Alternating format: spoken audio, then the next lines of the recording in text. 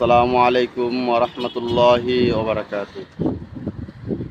আমার প্রাণপ্রিয় দেশবাসী,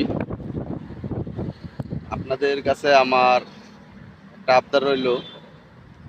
আমরা তো মনে করেন যে দেশ আসছি, দেশ থেকে বিদেশ আসলাম, কোনো ভাষা শিখি নাই, কোনো কাজ শিখি নাই।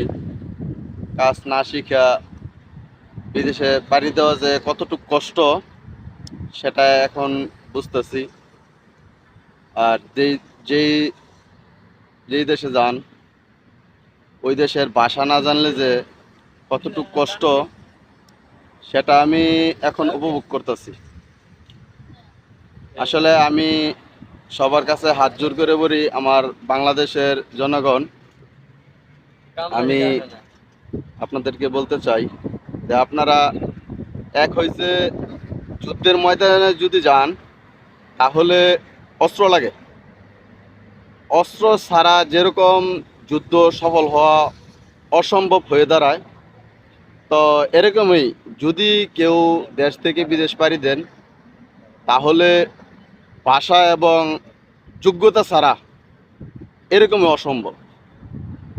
তবে আমি চাই যারা আমার ভিডিওটা দেখতেছেন সবাই এটা শেয়ার করে দিবেন।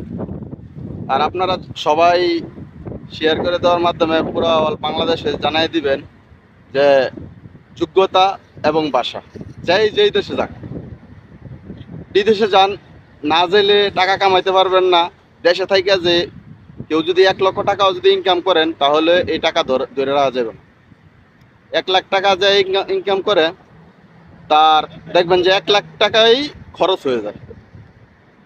আর নিজের দেশ ছাইরা অন্য দেশে যদি কেউ যান, যদি 60,000 টাকাও যদি কামান তাহলে দেখবেন যে আপনার 50,000 টাকা অথবা 40,000 টাকা অথবা 30,000 টাকা আপনার একটা আয় হইতেছে। তো আমি চাই সবাই বিদেশে আসেন, কিন্তু এই যে কিছুক্ষণ আগে বললাম যে যুদ্ধ করতে গেলে যেমন যেরকম অস্ত্র নিয়ে যেতে হয়, তো এরকম দুইটা অস্ত্রের নাম হচ্ছে, এরকম মনে করেন যে অস্ত্র নিয়ে আসতে। এই যে আমার ভাই, আলহামদুলিল্লাহ আল্লাহ পাক রব্বুল আলামিনের রহমতে উনি আজকে 10 বছর ধরে বিদেশ করতেছে। তবে ওনার কাছে আমরা কিছু গুরুত্বপূর্ণ কথা শুনবো।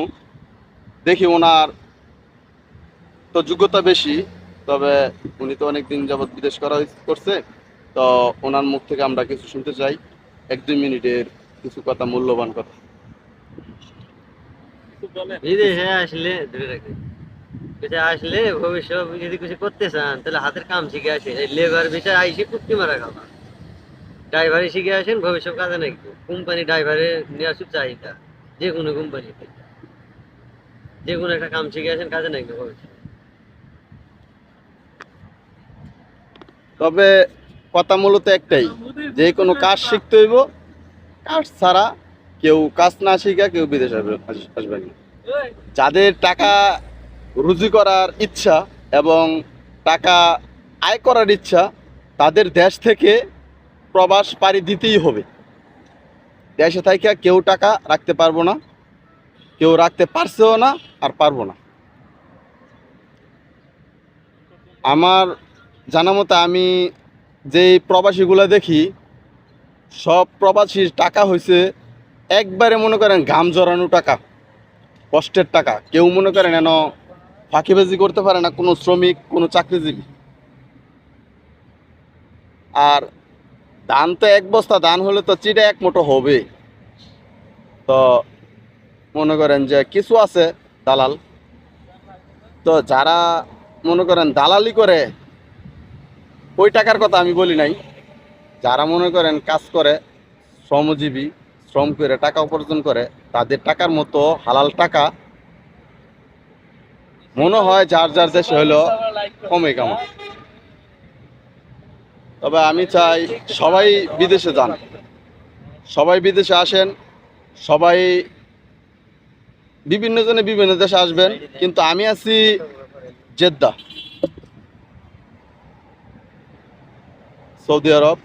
তো সৌদি আরবে যারা আসবেন, এতে বড় ভাই উনি বলছে 11 বছর বিদেশ করে নাকি 10 বছর বিদেশ করে উনি।